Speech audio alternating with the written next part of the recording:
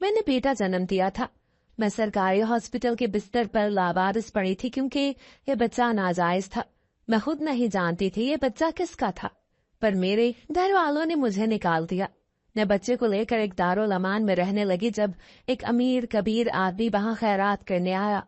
मेरा दिल जोर से धड़का क्योंकि मेरा बच्चा बिल्कुल उसके जैसा था। लेकिन भला ये कैसे मुमकिन था? मैं तो उसे जानती तक ना थी। जब उसने मुझे देखा और बोला तुम ही वो लड़की हो जो मेरी मुजरिम है, मैं ये सुनते ही डर गई। वो मुझे जबरदस्ती अपने साथ कमरे में ले गया। मैं रोने लगी जब उसने, मुझे लगा था कि मेरी जिंदगी में सब कुछ ठीक हो गया था, मगर मेरी आजमाइशें अभी खत्म नहीं हुई थी। एक दिन उस दारुल अमान में एक अमीर कबीर आदमी खैरात करने आया तो उसकी नजरें मुझ पर टिक सी गईं। मैं भी उसको देखकर हैरान थी क्योंकि उसकी शक्ल मेरे बच्चे से मिलती थी। मैं तो ये भी नहीं जानती थी कि मेरे बच्चे का बाप कौन था, मगर बेटा तो नाजायज था।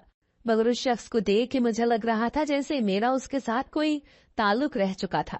तभी वो शख्स मुझे अपने साथ एक कमरे में लेकर, मैं उसकी मौजूदगी को अपने पास महसूस करके डर गई थी क्योंकि जिंदगी पहले ही मेरे साथ बहुत खेल खेल चुकी थी और मुझमें किसी नए इम्तिहान से गुजरने की हिम्मत बाकी नहीं रही थी। मगर तभी वो कहने लगा कि मेरा नाम मुकद्दस है, मेरा ताल्लुक पाकिस्तान के शहर सियालकोट से है, जहां मैं अपनी बड़ी बहन और अम्मा अब्बा के साथ रहती थी। मैं एक मुतवस्सित घराने में पैदा हुई थी जहां 2 वक्त की रोटी कमाने के लिए घर के हर फर्द को मेहनत मजदूरी करना पड़ती थी। मेरी बहन मरवा मुझसे 4 साल बड़ी थी और अम्मा के साथ मोहल्ले में सिलाई का काम करती थी।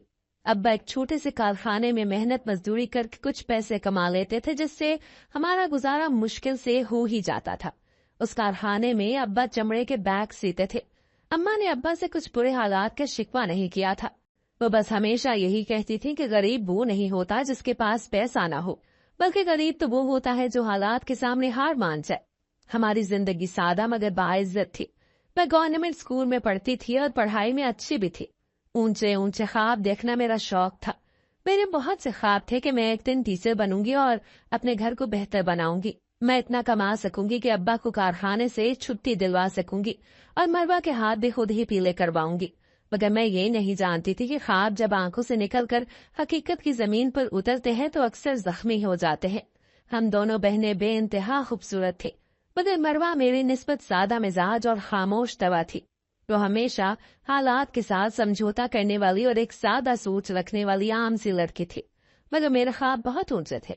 मरवा को जो भी मिलता वो उसी में खुश हो जाती, मगर मैं हमेशा बेहतर और ज्यादा लेने के हक में थी। हम जिस छोटे से घर में रहते, कभी कभी मेरा दिल चाहता था कि मैं अपने उस छोटे और आम से घर से निकलकर एक बहुत बड़े घर में रहने लगूं, क्योंकि मुझे गरीब होना बिल्कुल भी अच्छा नहीं लगता था। मैं चाहती थी कि मैं बहुत जल्द इतने पैसे कमाने के काबिल हो जाऊं कि मुझे दोबारा कभी उस छोटे से घर को देखना ही न पड़े। इसलिए मैं खूब दिल लगा के मेहनत कर रही थी, मगर मुझ में सब्र बिल्कुल भी नहीं था। मैं जल्द ही अमीर होना चाहती थी। उस वक्त मरवा मैट्रिक कर रही थी जब अम्मा अब्बा को ये फिक्र सताने लगी कि मरवा अब जवान हो गई थी और उसको उसके घर का कर देना चाहिए था, क्योंकि हमारी बरादरी में लड़की की कम उम्री में ही शादी कर दी जाती थी। इसलिए अम्मा ने एक तो रिश्ते वालियों को मरवा के लिए अच्छा सा रिश्ता ढूंढने के लिए कह दिया था। मैं तो इस हक में बिल्कुल भी नहीं थी कि अम्मा अब्बा मरवा की शादी कम उम्री में कर देते और उसे छोटे से घर से उसको रुखसत कर देते, क्योंकि मैं तो ये चाहती थी कि जब मैं बहुत सारे पैसे कमाऊंगी और हम अमीर हो जाएंगे तो मैं अपनी बड़ी बहन को खुद धूमधाम से रुखसत करूंगी। लेकिन अम्मा अब्बा मेरी बात सुन के हमेशा हंस दिया करते और मुझे नादान समझते। उनको लगता कि मेरे ख्यालात बहुत ऊंचे थे। शायद इसलिए मैं ऐसा सोचती थी कि मैं अपने घर वालों की तकदीर बदल दूंगी, मगर मैं ये नहीं जानती थी कि मेरे घर वालों की तकदीर मेरी ही वजह से बदलने वाली थी। मगर उस तकदीर का रुख बहुत भयानक होने वाला था। अम्मा तो मरवा के लिए किसी अच्छे से रिश्ते की तलाश में थी, मगर हमारे माली हालात ऐसे न थे कि कोई अच्छा रिश्ता हमें मिल पाता। हमारे घर मरवा के लिए जो भी रिश्ता आता वो लड़का कोई न कोई अनाड़ी ही होता। कभी मरवा के लिए किसी मोची का रिश्ता आता तो कभी किसी ऐसे लड़के का जो लोगों के घरों में झाड़ू पूछा करता था। अम्मा अब्बा ने हर तरह के आम से रिश्ते को इनकार कर दिया। मरवा भी खामोश थी। वो बेचारी तो वैसे भी सादा और मासूम सी लड़की थी। उसको तो अम्मा अब्बा जहाँ भी और जिसके साथ भी ब्याह देते वो खुशी खुशी रुखसत होके चली जाती। लेकिन वो अम्मा अब्बा के लिए इतना बोझ भी नहीं थी कि वो उसको ऐसे ही किसी एरे लरे के हवाले कर देते। आखिरकार एक दिन रिश्ता करवाने वाली ने अम्मा को एक रिश्ता बताया। उस लड़के का नाम वसीम था और वो सऊदी अरब में मेहनत मजदूरी करता था। अम्मा अब्बा को लगा था कि शायद अच्छा नसीब हमारा दरवाजा खटखटा रहा था। वसीम की माँ ने साफ कह दिया था कि उनको जहेज की कोई जरूरत नहीं थी, वो तो ये चाहते थे कि बस लड़की नेक हो। हमें लगा था कि हम खुश नसीब थे, इसलिए हमारी दहलीज पर वसीम का रिश्ता आया था। अम्मा अब्बा के दिल में इस रिश्ते को लेके थोड़ा सा डर जरूर था कि आखिर हम गरीबों के घर में इतना अच्छा रिश्ता कैसे आ सकता था। मगर मैं तो वसीम का रिश्ता देखते ही बहुत ज्यादा खुश हो गई और ये सोचने लगी कि जब मरवा शादी करके अपने शौहर के साथ मुल्क से बाहर चली जाएगी तो मैं भी उससे मिलने के लिए बाहर के मुल्क जाती रहूंगी, क्योंकि वो मेरी इकलौती बहन थी और मैं बाहर जाकर मेहनत मजदूरी करके ढेर सारे पैसे कमा सकूंगी। इसलिए मैं चाहती थी कि अम्मा अब्बा इस रिश्ते से इनकार न करें। अम्मा अब्बा भी इस रिश्ते के लिए मान ही गए, क्योंकि वसीम शक्लो सूरत से खूबसूरत तो था ही, लेकिन सीरत से भी वो एक सुलझा हुआ लड़का था। उसकी फैमिली भी छोटी सी थी और सबसे बड़ी बात ये थी कि वो लोग हमसे किसी भी जहेज का मुतालबा नहीं कर रहे थे। मैं बहुत खुश थी और न जाने क्या कुछ सोचने लगी थी। मुझे लगा था कि जब मरवा की शादी वसीम से हो जाएगी तो हम बहुत जल्द अमीर हो जाएंगे और हमारे घर के हालात भी बदल जाएंगे। किसी हद तक तो मैं बिल्कुल ठीक ही थी। हमारे घर के हालात बदलने तो वाले ही थे, मगर मैं ये नहीं जानती थी कि उनका रुख किस सिमत में जाने वाला था। शादी की तारीख तय हो गई। मैं बहुत ज्यादा खुश थी। जब भी वसीम के घर वाले आते तो मैं भाग भाग के उनकी खिदमतें करती। मुझे इस बात की परवाह नहीं थी कि मरवा मेरी इकलौती बहन थी और शादी के बाद मुझसे बहुत दूर जाने वाली थी। मुझे गर्ज थी तो सिर्फ इस बात से कि मरवा की शादी कैसे लड़के के साथ हो रही थी जो हमसे अमीर था। आखिरकार मरवा की शादी सादगी से हो गई और वह वसीम के घर रुखसत होकर चली गई, जो लाहौर में था। वसीम शादी के लिए छुट्टी लेकर पाकिस्तान आया हुआ था, मगर वसीम शादी के लिए एक हफ्ते बाद ही वापस सऊदी अरब चला गया और अब 2 साल तक उसकी वापसी मुमकिन न थी। जब वसीम सऊदी अरब वापस चला गया तो मरवा भी वापस हमारे पास आ गई, मगर मुझे मरवा को देखकर खुशी बिल्कुल ना हुई थी, बल्कि मैं तो उसको उस घर में देखकर एकदम से उदास हो गई थी कि वो वापस क्यों आ गई और वसीम के साथ सऊदी अरब क्यों न चली गई, क्योंकि जब तक वो सऊदी अरब नहीं जा सकती थी मैं भला उसके पास कैसे जा सकती थी। मगर मरवा ये कहने लगी कि वसीम कुछ कागजात बनवा रहा था और जब उन कागजात का काम मुकम्मल हो जाएगा तब मरवा भी उसके पास ही चली जाएगी। मैं हर रोज मरवा से यही पूछती कि क्या उसके कागजात का काम मुकम्मल हो गया या नहीं, मगर जैसे जैसे वक्त गुजर रहा था मरवा खामोश रहने लगी। वो तो ना कोई शिकायत करती ना कोई ख्वाब देखती। खामोश तो वो पहले ही रहती थी, मगर अब उसकी खामोशी एक अजीब तरह की थी, क्योंकि वो मुझसे भी बात नहीं करती थी। मैं सम्मा के साथ किसी न किसी काम में लगी रहती। वो नसीम को खत लिखती थी, तस्वीरें भेजती थी जिनका जवाब कभी कभार आता। मरवा की शादी को 6 माह हो चुके थे। वसीम के जाने के बाद मरवा के चेहरे पर एक अजीब सी संजीदगी छा गई। वो पहले की तरह न हंसती थी न मुझसे शोखियों में बात करती थी। मैं तो दिन गिन गिन के गुजार रही थी कि कब वसीम मरवा को अपने पास बुलाया और मुझे भी मुल्क से बाहर जाकर सऊदी अरब देखने का मौका मिल सके, ताकि मैं भी अपनी किस्मत बदल सकूं, क्योंकि मरवा की किस्मत तो बदल ही चुकी थी। और आखिरकार मेरा इंतजार खत्म हो ही गया जब एक दिन मुझे ये खबर मिली कि वसीम ने कागजात का काम मुकम्मल करवा दिया था और मरवा बहुत जल्द सऊदी अरब जाने वाली थी। मैं तो यह खबर सुनकर बेतहाशा खुश थी, मगर मैंने महसूस किया कि मरवा यह खबर सुन के मजीद उदास हो गई। जब मैंने उससे इस उदासी की वजह पूछी तो वो मुझे कहने लगी कि अम्मा अब्बा और मुझसे दूर जाने का गम उसको उदास कर रहा था, मगर मुझे उस पर बेतहाशा गुस्सा आया कि कब किस्मत उस पर मेहरबान हो रही थी तो वह नाशुक्री क्यों कर रही थी। उसके पास तो मौका था कि वो गरीबी से निकलकर अमीरों वाली जिंदगी गुजारे, मगर फिर भी उदास हो रही थी। उदासी सिर्फ वो ही नहीं थी, बल्कि जैसे जैसे उसके जाने के दिन करीब आ रहे थे अम्मा अब्बा भी उदास होने लगे थे, मगर मुझे उन सब पर बेतहाशा गुस्सा आता था। आखिरकार वो दिन आ ही गया जब मरवा नम आंखों के साथ हम सबको छोड़कर वसीम के पास सऊदी अरब चली गई। उस दिन अम्मा अब्बा की आंखों में भी आंसू थे, मगर मेरे चेहरे पर मुस्कुराहट थी और आंखों में वही ख्वाब जो मैं हमेशा से देखती आई थी, अमीर होने के और घर के हालात को बदल कर रख देने के ख्वाब। मैंने जाते हुए मरवा को यही कहा था कि मुझे भी अपने पास बुला लेना, क्योंकि मुझे भी बाहर के अमीरों वाली जिंदगी देखनी है। मगर मरवा मुझे कहने लगी कि वो तो मुझसे और अम्मा अब्बा से दूर बिल्कुल नहीं जाना चाहती थी, मगर मैं ऐसी ख्वाहिश क्यों कर रही थी। मुझे तो खुश होना चाहिए था कि मैं अम्मा अब्बा के पास थी मगर मुझे उस वक्त उस बात की कोई परवाह नहीं थी। मैं तो सिर्फ और सिर्फ बाहर के मुल्क का पैसा कमाना चाहती थी ताकि अमीर हो सकूं और गरीबों वाली जिंदगी से निकलकर एक बड़े से घर में अपनी जिंदगी गुजार सकूं, जैसा कि मैं हमेशा फिल्म और ड्रामों में देखती आई थी। उस वक्त हमारे घर में किसी के पास मोबाइल नहीं था, बल्कि हमारे मोहल्ले में जो लोग अमीर थे सिर्फ उनके पास ही मोबाइल होता था।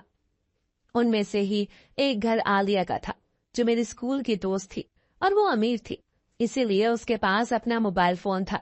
मैं हर रोज आलिया के घर जाती और उसके फोन से मरवा से बात किया करती और उससे हमेशा एक ही बात कहती कि वो मुझे अपने पास बुला ले।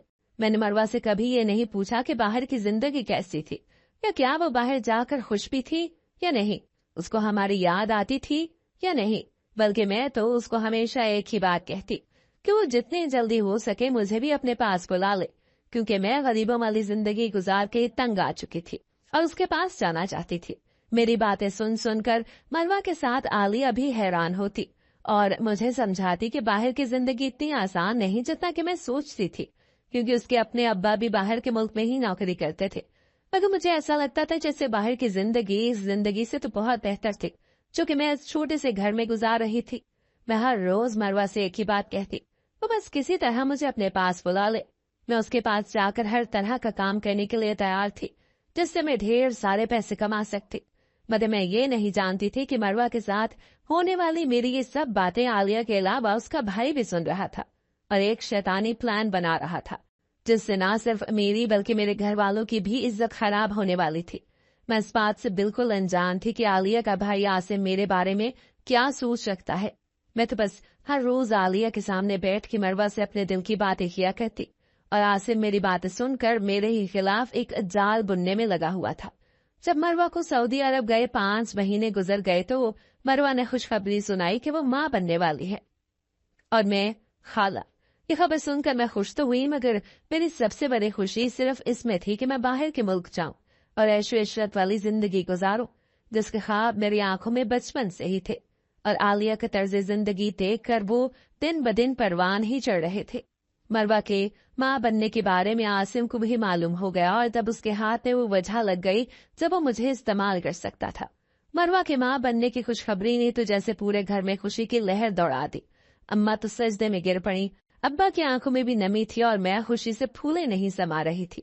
मगर मेरी खुशी की वजह मरवा का माँ बनना नहीं था, मेरी खुशी तो कुछ और थी। मुझे लगा था कि अब मेरा मरवा के पास जाना आसान हो जाएगा। मैं इतनी बेसब्र थी कि मेरे कान सिर्फ मेरी ही मर्जी की बात सुनना चाहते थे और मरवा की या किसी और की किसी बात की मुझे कोई परवाह नहीं थी। मरवा की थकन, उसके दुख, उसकी कुर्बत की कमी या उसके तन्हाई मुझे दिखाई ही नहीं देती थी। मैं तो बस अपने ख्यालों में खुद को सऊदी अरब के एक बड़े से शॉपिंग मॉल के कैश काउंटर के पीछे देखती थी, या किसी हॉल में वेलकम ड्रिंक्स पेश करते हुए देखती, या खूबसूरत लिबास में फैशन शोज में जैसे मैं फिल्मों ड्रामों में देखती थी। एक दिन जब मैं मरवा से बात करने आलिया के घर गई तो आसिम ने मुझे खुद से मुखातिब किया और कहने लगा, मुकद्दस, क्या तुम वाकई बाहर अपनी बहन के पास जाना चाहती हो? आसिम की बात सुनकर तो जैसे मैं चौंक ही गई। पहली बार वो बराह रास्त मुझसे बात कर रहा था। मगर मैंने फौरन अस्पात में सर हिला दिया तो मुझे कहने लगा कि मुझे सऊदी अरब जाने के लिए उसके एक दोस्त से मिलना होगा, क्योंकि बकौल उसका दोस्त अमारात में कंपनी चलाता था और वो वहाँ खूबसूरत और जवान लड़कियों को रिसेप्शन, सेल्स या इवेंट मैनेजमेंट की नौकरी देता था। मगर उसने एक शर्त भी रखी थी कि मुझे उसके दोस्त को जाकर खुद इंटरव्यू देना होगा। मैंने कुछ भी सोचे समझे बगैर बेताबी से बस यही पूछा कि मुझे कहाँ कब जाना था। आसिम मुझे कहने लगा कि वो मुझे खुद वहां ले जाएगा और आलिया भी हमारे साथ ही होगी, इसलिए मुझे फिक्र करने की जरूरत नहीं। ये सुनकर मेरे दिल को सुकून सा मिला और आलिया भी मेरे साथ होगी। उस वक्त मुझे यही लगा कि शायद किस्मत का दरवाजा खुल रहा था। मैंने अम्मा से कहा कि मैं आलिया के साथ लाहौर जा रही थी, उसकी खाला के यहाँ। अम्मा भी आलिया के नाम पर फौरन मान गई। अगली शाम आलिया और आसिम मुझे लेकर लाहौर रवाना हो गए। गाड़ी में खुशगपियां हो रही थी, मगर मेरे दिल में एक अजब सी बेकरारी थी, जैसे कोई अनजाना खौफ दिल में सरसरा रहा था। हम एक दरमियाने दर्जे के होटल में पहुंचे जहां आसिम ने बताया कि वो शख्स अभी पहुंचा नहीं, इसलिए हम पहले रूम में जाके आराम कर लेते। रूम का सुन के मैं डर गई। आसिम को शायद महसूस हो गया कि मैं डर गई थी, तभी वो मुझे कहने लगा कि उसका दोस्त मेरे लिए खुद इस होटल में मेरा इंटरव्यू लेने आ रहा था और वो थका हुआ आएगा तो इंटरव्यू भी आराम से करेगा। मुझे कहने लगा था कि मैं फिक्र न करती क्योंकि वो और आलिया भी तो साथ ही थे। मुझे उस वक्त कुछ भी गलत न लगा क्योंकि आलिया वहां थी और आसिम उसका भाई था। पर जैसे ही हम रूम में पहुंचे आलिया कहने लगी कि उसे कुछ लेना है और वो जल्दी वापस आ जाएगी, और फिर वो वहां से चली गई और वापस नहीं आई। मैं उसका इंतजार करती रह गई। कमरे में सिर्फ मैं और आसिम रह गए। वो कमरा बंद था, बाहर टीवी चल रहा था मगर आवाज बंद थी। मैंने बेचैनी से आसिम से पूछा कि उसका वो दोस्त कब आएगा। मेरी बात सुनकर आसिम ने मुझे गौर से देखा और कहने लगा कि वहां कोई नहीं आने वाला था। मैं घबरा गई, मेरी सांसें तेज हो गई। मैंने दरवाजे की तरफ देखा कि शायद वहां आलिया आ जाती, मगर दरवाजा अंदर से बंद था जो आसिम ने कमरे में दाखिल होते ही कर दिया था और मेरा ध्यान वहां जा ही नहीं सका था। मैंने घबरा के कहा कि आसिम भाई, अगर वो मजाक कर रहे थे तो वो मजाक अच्छा नहीं था। मैं चीख कर कहने लगी कि प्लीज आलिया को बुलाएं, मगर आसिम का चेहरा बदल गया और उसकी आंखों में अब वो शैतान बोल रहा था जिसका मैंने तसव्वुर भी नहीं किया था। वो अपने घटिया लहजे में कहने लगा कि आलिया वहां नहीं आएगी क्योंकि वो सब जानती थी। वो मेरी तरफ बढ़ने लगा और मुझे कहने लगा कि तुम भी जानती हो कि तुम किस चीज के लिए आई हो।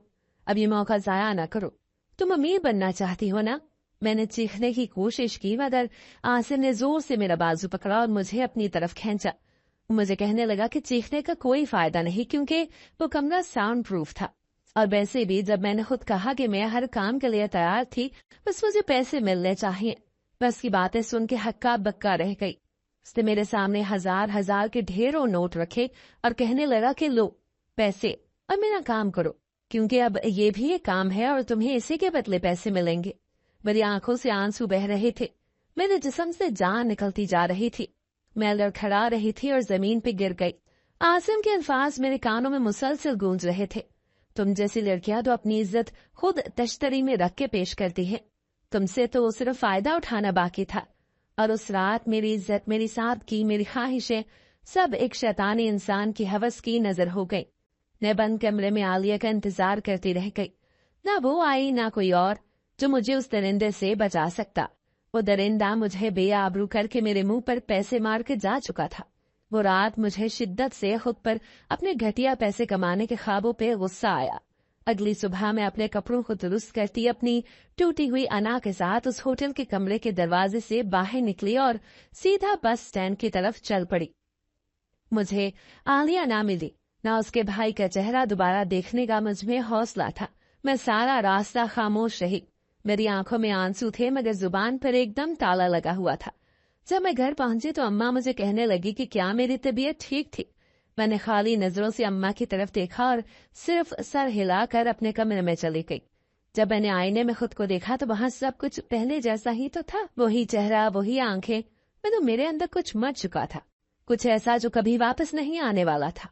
मैं बहुत देर तक अपने बेआबरू वजूद को घूरती रही। अभी कुछ ही दिन गुजरे थे जब मुझे किसी नामालूम नंबर से एक वीडियो मिली। उस वीडियो में मैं थी, वही होटल का कमरा था, वही लम्हे थे और वही बेबसी थी। जो वीडियो देख के मैं अंदर तक झुलस गई। उस वीडियो के बाद एक मैसेज भी मिला कि अगर मैंने जुबान खोली तो ये वीडियो सबको दिखाती जाएगी। मुझसे कहा गया कि खामोश रहो और बस काम करती रहो, तुम्हें और भी जगहों पे ले जाना है। मेरा सारा वजूद लरस गया। मुझे लगा कि शायद मुझ पे जो कयामत गुजरी थी वो खत्म हो चुकी थी, मगर वो तो कयामत का बस कुछ ही हिस्सा था। अभी तो मेरे साथ और भी बहुत कुछ होना बाकी था। मैंने कांपते हाथों के साथ वो फोन तोड़ दिया जो मेरे घर के दरवाजे पे पड़ा था, मगर वो धमकी मेरे जहन में बिजली बनकर कूद गई थी। उस दिन के बाद से आलिया ने फिर कभी मुझसे बात न की। मैंने कोशिश की थी कि आलिया के घर जाके उसको उसके घटिया भाई की हकीकत बता सकती, मगर आलिया की फैमिली कुछ दिनों बाद वहां से चली गई थी। मुझसे किसी ने कोई सवाल नहीं किया था और ना ही मैंने कभी किसी को कुछ बताया था। मैं बस खामोशी का मुजस्समा बन गई और खाली नजरों से घर के दरो दीवार को तकती रहती थी। मुझे लगता था जैसे किसी दिन आसिम अम्मा अब्बा के सामने मेरी वो वीडियो रख देगा और अम्मा अब्बा मुझे जान से मार देंगे, क्योंकि वो तो जानते ही थे कि मेरा आलिया के घर कितना आना जाना था। मैं हर दिन डर के दरस के गुजारती। मैं जरा सी आहट पे डर जाती। हर आहट पर मुझे ऐसा लगता कि वो आसिम था। उस दिन के बाद से भी मेरा मरवा के पास सऊदी अरब जाने का इरादा नहीं बदला। मैं उसके पास हर कीमत पे जाना चाहती थी, मगर अब मेरे पास आलिया का मोबाइल नहीं था जिससे मैं मरवा से कोई राब्ता रख सकती। काफी महीने गुजर गए, सब कुछ ठीक था। मैं आहिस्ता आहिस्ता वो सब कुछ भूलने लगी जो मेरे साथ उस होटल के कमरे में हुआ था। एक तरह से मैं खुश भी थी कि इस बारे में किसी को कुछ मालूम ना था। मुझे लगा था कि सब कुछ ठीक हो गया था, मगर एक दिन जब मैं घर में अकेली थी तो दरवाजे पर बहुत जोर की दस्तक हुई। मैं डर गई। मैंने डरते डरते दरवाजा खोला तो वहां हमारे मोहल्ले का ही एक बच्चा हाथ में लिफाफा लिए खड़ा था। मैंने उस बच्चे से वो लिफाफा पकड़ा और जब मैं उससे कुछ पूछने ही वाली थी कि वो एकदम से वहां से भाग गया। वो लिफाफा भारी था। मैंने अंदर आते ही उस लिफाफे को खोला तो मेरे पैरों तले से जमीन निकल गई। उसमें मेरी कुछ तस्वीरें थीं जो उसी होटल के कमरे में बनाई गई थी, और उन तस्वीरों में मेरी हालत देखकर कोई भी मुझे बेइज्जत और बेआबरू होने का ताना दे सकता था। उन तस्वीरों के साथ एक कागज भी था जिस पे लिखा था कि अगर मैं चाहती थी कि वो तस्वीरें मेरे अम्मा अब्बा या मरवा के हाथ ना लगे तो मुझे उसके ऊपर लिखे पते पे जाना था और एक बार फिर से वो सब कुछ करना था जो पहले भी मेरे साथ हो चुका था। मुझे एक झुरझुरी आ गई और मैंने पूरी ताकत के साथ उस लिफाफे को उठा के दीवार पे दे मारा। मेरे जहन में तरह तरह के ख्यालात आ रहे थे कि अगर मैं उस भेजे हुए पते पे ना गई तो ना जाने मेरे साथ क्या कुछ हो जाएगा। पहले तो मैं ये शुक्र करती थी कि इस बारे में किसी को भी कुछ मालूम नहीं था, लेकिन ये सोच कर ही मेरी रूह तक काम गई कि अगर इस बारे में किसी को मालूम हो गया तो अम्मा अब्बा तो जीते जी मर जाएंगे। मुझे कुछ समझ नहीं आ रहा था कि मैं क्या करूं। मैंने उस लिफाफे को आग लगा के पानी में बहा दिया और ये सोच कर मुतमईन हो गई कि मैं दोबारा वैसा कोई काम नहीं करूंगी जिसकी वजह से मुझे पछताना पड़े। मैंने बहुत मुश्किल से खुद को पुरसुकून किया और गुजरे हुए दिनों को भूलने की कोशिश करने लगी। मुझे लगा था कि उस लिफाफे को जला देने से मेरी मुश्किलात खत्म हो गई। जब काफी दिन गुजर गए तो एक दिन एक और रंग का लिफाफा मेरे घर की दहलीज पे पड़ा था। जब मैंने वो लिफाफा खोला तो मैं खुशी से उछल पड़ी क्योंकि वो लिफाफा मरवा ने भेजा था। उस लिफाफे में एक नीले रंग का कागज था और उस पर लिखा था कि अब उसकी डिलीवरी के आखिरी दिन थे और उसको मेरी जरूरत थी क्योंकि वो घर के सभी काम अकेले नहीं कर सकती और वसीम ड्यूटी पे होता था। उसको आराम की जरूरत थी और किसी अपने की जरूरत थी जिसका ख्याल रख सकता, इसलिए वो मुझे अपने पास बुलाना चाहती थी। मैं तो खुशी से झूमने लगी। उस वक्त मेरे जहन से आसिम, आलिया, उस होटल में गुजरे वो भयानक रात और आसिम की तरफ से मिलने वाला वो लिफाफा सब कुछ ही तो निकल चुका था। उस वक्त अगर मेरे जहन में कुछ चल रहा था तो सिर्फ ये कि मैं बहुत जल्द मरवा के पास जाने वाली थी और मेरे ख्वाब बहुत जल्द पूरे होने वाले थे। मैं एक बार फिर से वो सब ख्वाब देखने लगी जो आसिम की मेरी जिंदगी में आ जाने के बाद से थम से गए थे। जब मैंने अम्मा अब्बा को इस बारे में बताया तो अम्मा भी बेतहाशा खुश हो गई और मेरे मरवा के पास जाने पे उनको भी कोई एतराज नहीं था, बल्कि अम्मा अब्बा तो मुझे खुशी खुशी मरवा के पास भेजने के लिए तैयार हो गए थे। मैंने बहुत खुशी खुशी अपना सारा सामान तैयार करना शुरू कर दिया और ऊंचे ऊंचे ख्वाब एक बार फिर मेरी आंखों में लौट आए। मैं उस सब कुछ सोचने लगी कि मुझे मरवा के पास जाके क्या कुछ करना था और किस तरह से ढेर सारे पैसे कमाने थे। जिस दिन मैं उस लिफाफे पे लिखे हुए पते पे जाने वाली थी, अब्बा बहुत खुशी खुशी मुझे छोड़ने जा रहे थे। वो एक बड़ी सी बिल्डिंग थी जहां से मुझे अपना पासपोर्ट और दूसरे कागजात लेने थे, क्योंकि मरवा मुझे पहले ही बता चुकी थी कि मेरे सारे कागजात का काम वसीम ने मुकम्मल करवा दिया था और मुझे बस वो सब कागजात एक बड़ी सी बिल्डिंग में जाके लेने थे और उसके बाद एयरपोर्ट पे जाना था जहां से मैं मरवा के पास जा सकती थी। मुझे लगा था जैसे मैं हवाओं में उड़ रही थी। मेरी जिंदगी का सबसे बड़ा मकसद पूरा होने वाला था। सब कुछ बिल्कुल ठीक हो रहा था। उस बड़ी सी बिल्डिंग में मैं अब्बा के साथ ही गई और एक सूटेड बूटेड आदमी से मिलने के बाद मुझे बहुत सारे कागजात मिल गए। चंद ही दिनों के बाद मेरी फ्लाइट थी और मुझे लाहौर से सऊदी अरब जाना था। अम्मा अब्बा मुझे मरवा के पास भेजने से खुश तो थे, मगर उनकी आंखों में भी एक नमी तैर रही थी, क्योंकि एक बेटी तो पहले ही उनसे दूर जा चुकी थी और अब शायद मैं भी उनके हाथों से निकलने वाली थी। उस दिन मैं बहुत खुश होकर तैयार हुई। अब्बा मुझे एयरपोर्ट पे छोड़ने आया और मैं खुशी खुशी जहाज की तरफ जाने ही वाली थी जब एक आदमी ने आके मुझे रोका और कहने लगा कि मेरे सामान की तलाशी लेना रह गया था। मैं मुतमईन होकर उसके साथ चल पड़ी, क्योंकि इतना तो मुझे भी मालूम था ये भी सफर का एक जरूरी हिस्सा था। मगर उस आदमी के साथ जाना मेरी सबसे बड़ी भूल थी। वो मुझे लेके कमरे में गया जहां मेरे सामने बूही घटिया चेहरा लिए खड़ा था।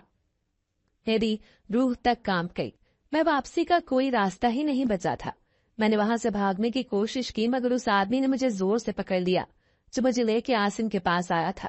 मेरी आंखों के सामने होटल का वही मंजर घूम गया जिसको मैं भूलने की कोशिश कर रही थी, मगर आसिम की बात सुन के मेरे रहे सहे औसान भी खता हो गए। वो मुझसे कहने लगा कि उसने मुझे बहुत आराम से अपने पास बुलाया था, किसी बच्चे के हाथ वो लिफाफा भेजकर, मगर मैंने उसको नजरअंदाज कर दिया।